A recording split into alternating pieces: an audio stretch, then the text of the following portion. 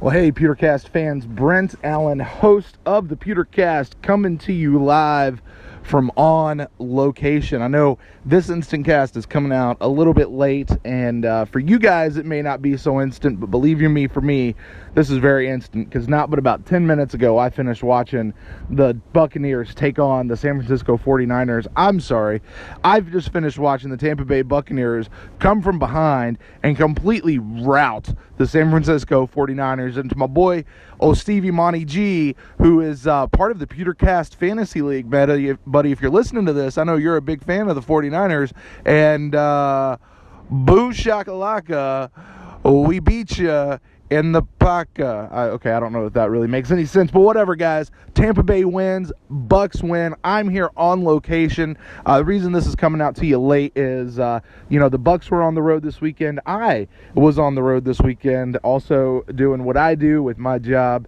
And normally I would be home late on a Saturday, just kind of finish up the show and then drive on home. But turns out I actually had a Sunday show, and I have a show coming up here a little bit later this afternoon, and then I'll be on the road back home, and can't wait to get back and see my kids. My wife was actually able to come with me on this particular trip, and she and I have just been enjoying a little bit of a weekend away, a little bit of a working weekend for me, a little bit of a play weekend for her, but we are out here at beautiful Myrtle Beach, South Carolina, and I wanted to come out here and do this InstantCast for you guys. If you guys can hear stuff around me, maybe you hear the wind blowing by, maybe you hear the palm trees, maybe hopefully you hear the beach behind me. I am actually broadcasting to you live on the beach. I'm right here on the beach. I don't actually have my recording equipment. I'm recording into my phone right now, which is very weird for me, and so I apologize if this seems a little scattered and if this is a little bit shorter than normal. But I thought, hey, when else am I actually going to be able to say that I am coming to you live from the beach? Tampa Bay Buccaneers were on one coast, I'm on the other coast. We're going coast to coast with Bucs fandom. And you know what, guys? This was an interesting game. It was that first quarter, guys. I think we all were a little bit worried in that first quarter. I got to listen to actually the first quarter on the headphones before I had to stop and go do stuff for the show. So I'm hearing Mean Gene Deckerhoff's play calling, and I think I sent this tweet out. He said, talking about Jacquizz Rodgers, he's like, for a guy who's kind of short, he's not very big. Which I thought was hilarious. I think he was trying to say some other stuff, but that's kind of where he stopped his sentence. So shout out to Big Bad Mean Gene Deckerhoff. Really one of the best play callers. I've listened to some of these other teams broadcast, and Gene Deckerhoff is just fantastic. So, but anyway, let's get into this game. InstantCast, how are you feeling? How am I feeling coming out of this game? I'm excited. Bucs get back-to-back wins. I don't remember. It had to have been last year. When we got back-to-back wins, the last time we did it. But I can't recall which week it was. I can't recall who did it or where it was. But it feels good to be on a roll. We came in a couple weeks ago. We were 1-3. Went into the bye week at 2-3, and now we're back at 500 at 3-3, and we're just a bye week away from beating Atlanta one more time and taking over the division. They are, I guess, technically a game ahead of us. They are 4-2 on the season. We are 3-3. No, are they 4-2? Are they 4-3? They might be 4-3. We're 3-3, and I think they currently lead the division, but we have a win against them, and we get to play them again here coming up in just a couple weeks. But first, we'll have to be taking on the Oakland Raiders, soon to be the Las Vegas Raiders. More on that game later, probably later in the week, not for this particular InstantCast. All of that to say, what I'm trying to say is, it feels good to get back-to-back wins. It just feels great as a fan. You feel like you have momentum on your side. You're coming home to Ray J next week, and you know what? We have not been great at Raymond James Stadium. We've not been doing very good. When was the last home game win? The last time the Bucs won in Ray J? Because you think, hey, we're coming home, and that should be a better game for us because we're coming home. But historically, in recent history, Raymond James hasn't been doing that great. So we've got to pile on another win. We've got to come back and defend Ray J, as old school what the Bucs said on Twitter earlier today, and I retweeted it. We've got to defend Ray J. We got to get back. We got to win at home. Tampa Bay has to start to win at home. That's the thought that's on my heart right now coming out of watching the San Francisco game. That was an awesome win. I love getting that win. That's a back-to-back win. When was the last time we won 3 in a row, Tampa Bay fans? When did it happen? We won 3 in a row. I don't know. It's been a while, but the Bucs have to come back and defend Ray J. And we're going up against the Oakland Raiders, who are a really good team right now. A really good team. You know, you could sit back and say that that Tampa Bay, you know, we won against a banged-up Carolina Panthers team that didn't have their star quarterback. And then we went out and we won against the 49ers, who, I mean, come on, let's face it, it's the 49ers.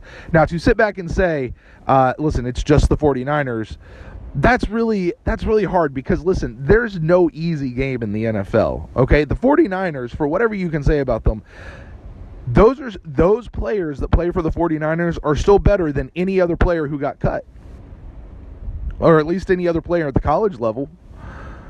You know, these games are not give me games, and vice versa. Just because the Raiders are hot and they're on paper a much more statistically difficult team. Maybe you could even say they're a better team than the last couple teams that we have faced. Maybe some people would say that they're a better team than the Tampa Bay Buccaneers. Does not automatically make this an easy game for us to win or an easy game for them to win. Yeah, I think the Oakland Raiders could come in underestimating the Tampa Bay Buccaneers. We're going to go in with some momentum on our side. We got some of our healthy people back. It was great to see Gerald McCoy back in action, mixing it up. You know, and I think one of the broadcasters said we haven't called his name a whole lot today. But you know what? I saw him on almost every single play that he was out there. I saw him out there doing what he had to do. I saw him out there disrupting the backfield. That's what I saw with Gerald McCoy. Levante David, another one that they kept saying, oh, we have not called his name. Well, just because you haven't called his name doesn't mean that he's not been out there mixing it up. Because I saw him in plenty of plays bringing down somebody. I saw him in plenty of plays getting pressure. I saw him out there. I saw the Tampa Bay Buccaneers defense stepping up. I saw Vernon Hargreaves breaking up passes on his side. I saw Brent Grimes slipping on the field. And yeah, woof. Come on, Brent. Need another interception, but you're not back on the old shit list yet. Okay, you're not there yet. But hey, let's pick up where we are and let's keep going. But to your defense, Brent Grimes, you had some really great defended passes. You pushed them out of the sidelines. You pushed them down to where they could not make the catch. You had some great stuff, and because I believe in you, I want to see interceptions because that's amazing. Hey, let's talk about interceptions. I think that's something we have to talk about here on an InstantCast. The turnover game. You know, we went to Carolina. We went up +4 in the turnover game. We came here. We're 3-1 in the turnovers today. So we're up +2. That's getting us back to normal. You know, and they talk about you win the turnovers. Have I been saying playovers this last time? I mean turnovers. Guys, this is what happens. I'm here on a beautiful beach. I've got seagulls flying around me. I've got sun glistening off the water. I've got sand between my toes. I got a beer sitting in a koozie in the sand right next to me. And so I apologize if I seem a little distracted. Turnover game. The turnover game. You win the turnover game, you're most likely going to win the game, right? That's what everybody keeps saying. But I had this thought as I was watching this. When you get turnovers, it's not enough just to get them. You have to capitalize on them. You see, that's when the Bucs were losing the turnover game in that Arizona game and then against the Broncos. That's one of those things that you sit back and you say, they got the turnover and then they capitalized on it and they put points up on the board. It's not enough just to get the turnover. You got to get the turnover and capitalize on it. And that's, I think, a big piece of what we did really well in this game here against the 49ers was that we capitalized big time on the turnovers. we got points. We put points up on the board. So I thought that was really great. You know, there's been a lot of talk about whether or not Dirk Cutter trusts Jameis. Do you trust him? Are you going to play conservative? Do you trust him? You're not going to trust. You're going to take the ball out of his hands and let him run it. And that's horseshit. Okay, I'm sorry. That's 2 S words. I think I've hit my rating for this particular thing. But that's poppycock. That's horse doo doo. No, stop it. Listen, you know what's happening is Jacquizz Rodgers is freaking running the ball and running up the yardage. He is moving the chains down the field, especially against a team that has almost zero run defense. So you do what works. This isn't about trusting Jameis, and so we're going to put the ball in his hands and let him throw it and get it down. No, this is about winning the freaking game, people. And if winning the freaking game means that Jacquizz Rodgers gets the ball and he runs it, and he runs it, and he pounds it, and he pounds it, and then we hand it off to Peyton Barber for a short 4th and 1, okay, he gets stopped. He gets a little stuffed. You guys question that ball. Okay, fine, whatever. Hey, Peyton Barber also came up with a 44-yard touchdown later on in the game, didn't he?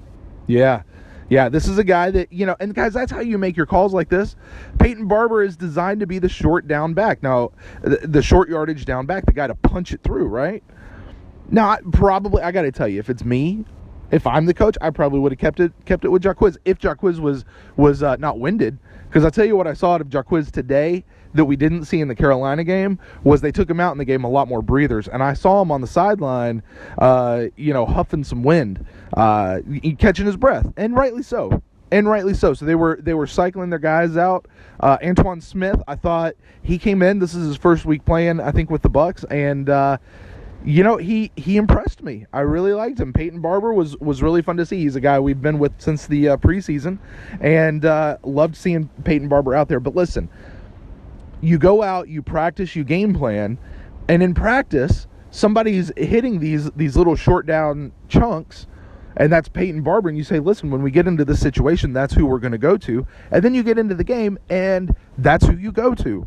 And it might not work. Guys, there's no play that's 100% effective. Okay? So calm down, all right?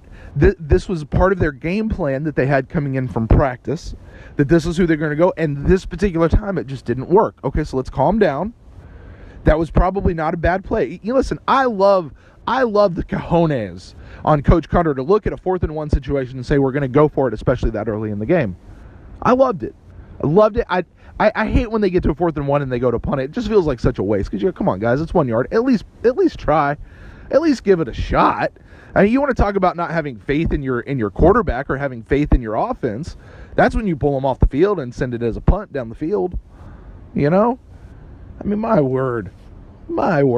And punting's not a bad thing. That's always I don't want to say it's always a good option, but that's a good option. Move the ball down the field. Who knows? Maybe they'll muff the punt and you'll come up with the ball on the other end, and you've just moved yourself 50 yards down the field in one play. I don't know the last time that happened. Oh yeah, it happened in this game, didn't it? You know, a bunch of you guys were mad when they called for a punt. What was it, against the Broncos? Was it the Carolina Panthers? No, I think it was the Broncos. Yeah, the Broncos. I'm going to go with that. A lot of you guys were mad when they went for a punt when they should have gone for it on 4th and 1, and we were down by 1 score or 2 scores or something like that. And Coach said, "Listen, I'm going to put the ball in the hands. I'm going to give them a short yardage situation and try to trust our defense to get the ball turned over." All right, let's talk about the defense. Defense did pretty well today. They stopped the run. We had some people back. Still missing Robert Ayers. This defense gets Robert Ayers specifically back, and I think your guys are going to see this defense is going to get ratcheted up to 11. All right, I think they're doing pretty good. I think they're consistent.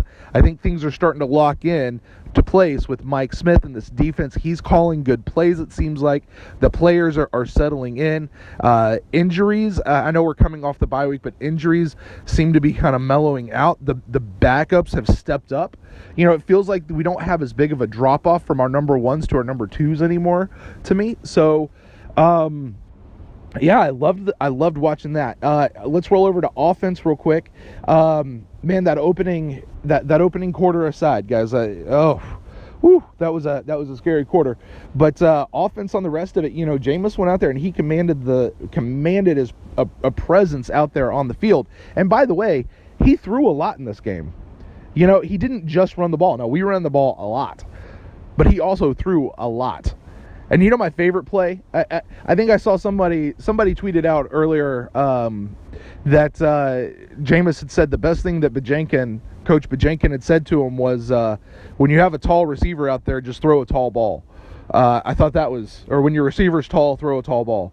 Throw a ball that's tall. Whatever, however that goes. That's genius insight. And Winston did it. He threw a ball that only Mike Evans could catch, and he happened to catch it in the end zone, put up 6 points on the board, taking it to the house. So, guys, I'm loving it. All right. Well, guys, here's the deal. I feel like I'm just kind of rambling on right now about the Bucs. I feel good. That's the Instant Cast right now. I feel good. I have almost zero complaints about this game, except for that first quarter. That was a little rough. Settle down, guys. And I am enjoying the beach right now. I've got a couple hours before I got to go get ready for the shindig and then get on the road home. But so I'm going to enjoy a crispy morning here on the beach in Myrtle Beach, South Carolina. You guys enjoy your week. Be on the lookout for our main show. We've got a very special guest coming in this week that probably none of you have ever heard of, but that's okay because I think it's going to be a super fun show. We're kind of switching it up on the type of guests that we have coming in, so I'm excited to be able to get to this show this week. Guys, listen, you can contact me at thepewtercast@gmail.com. Several of you guys have sent me in some emails this week. It's been fun to get to communicate with you that way. You can also hit me up on Twitter at thepewtercast or on Facebook.com/thepewtercast. Leave a message. We do respond. I respond to all forms of communication that you send to me, and if it's really good, we just might read it on air, depending on how all that goes. So let me know what you guys think. Once again, I want to thank everybody for last week who called into the bye-week call-in show, made that show a great success. It was a lot of fun to get to do that. But, guys, until later on this week, you guys keep on rolling and go Bucs.